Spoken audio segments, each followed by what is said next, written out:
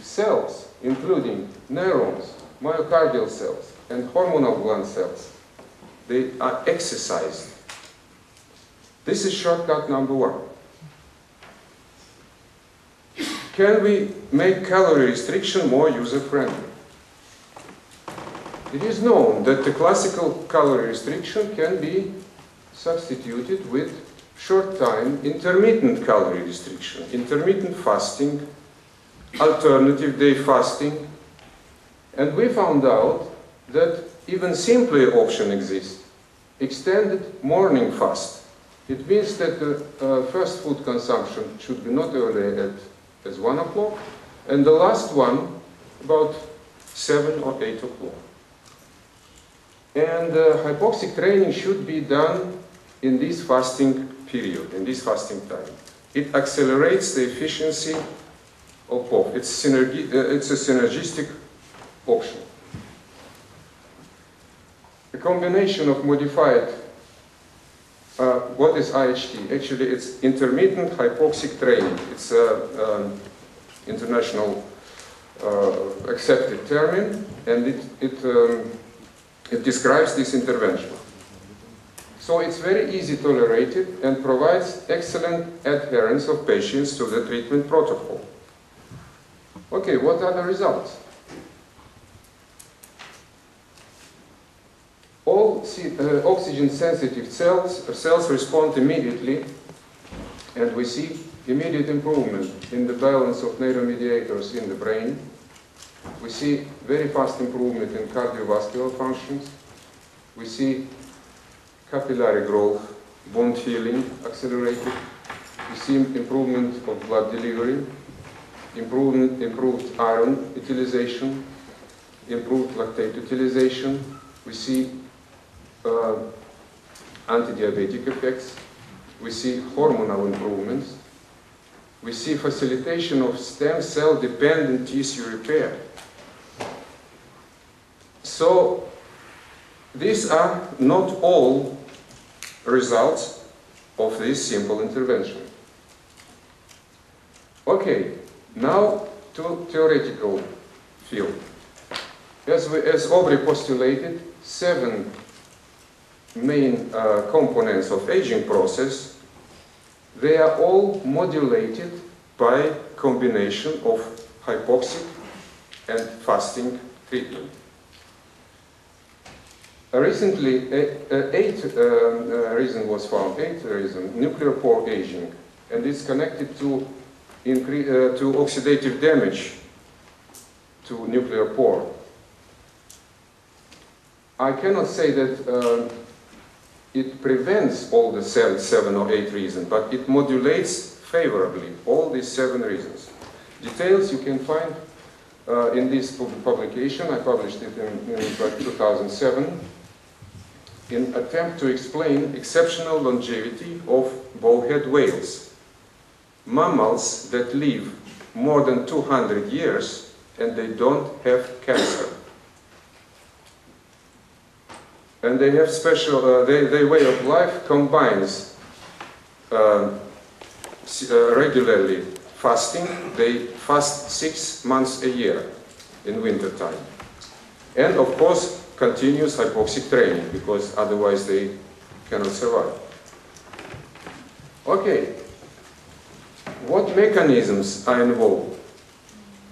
Most of these mechanisms are linked to nitrous oxide production. They are mediated by nitrous oxide. What mechanisms? They are typical classical mechanisms which influence regenerative processes and protection of genome. This is enzymes, glutathione peroxidase, superoxide dismutase. These are chaperones as SHP17. And these are all typical pathways which result in cardioprotective, vasoprotective, neuroprotective, and anti-stress defense. There are many other pathways. I even cannot cite, I cannot quote literature because there are too many.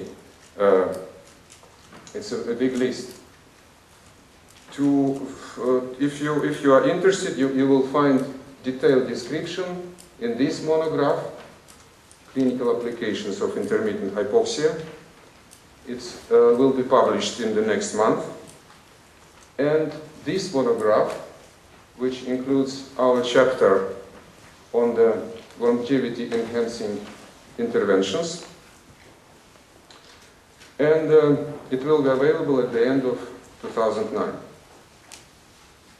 Well, technically, medical applications of IHT, they are summarized in this list.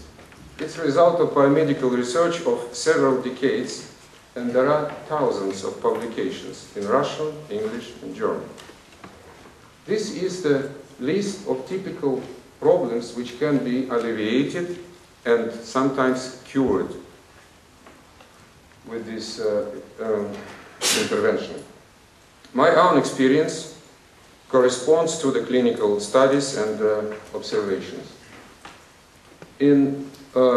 Since 1998 till 2006, it was about 102 patients treated, and the cure rate, I would say cure rate up to 70%, up to 88%, and the improvement, dramatical improvement and alleviation rate is about 70 to 80%. Interesting case you can find in my poster presentation. Technically, how it is done. These machines produce oxygen-reduced air and oxygen-enriched air. This is a small device for private use and for small praxis, and there are machines for professional use, can serve simultaneously up to 5 persons. Important, IHT is essentially not a medical intervention. It can be described as a training. Therefore, there are less regulatory problems, if any. On the other hand, these devices are in several months they will be registered as medical devices.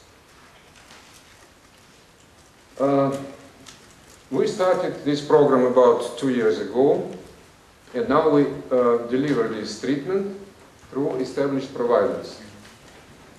We deliver lecture, provide educational seminars, and in the last year we opened 6 centers in Germany and 3 in Mallorca. 2/3 of our clients are seniors. And without any advertising, the demand is constantly growing. Again, quoting Aubrey, I think that we are on the way to test a prototype of a rejuvenative facility which provides affordable rejuvenative treatment.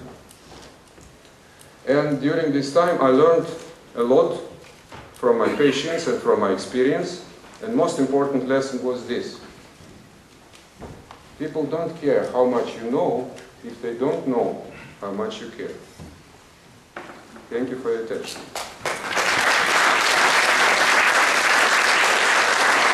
Thank you very much, Arkady. Unfortunately, I don't think we have much room for questions. No problem. So let's take one. All right, over there.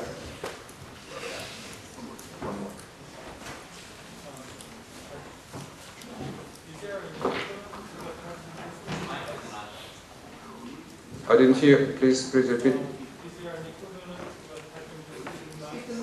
Animal studies were done about 20 years ago, and they are continuing, of course. It all started with cell cultures and animals, and then it was translated to healthy probants and then to sick persons. All right, so thank you very much.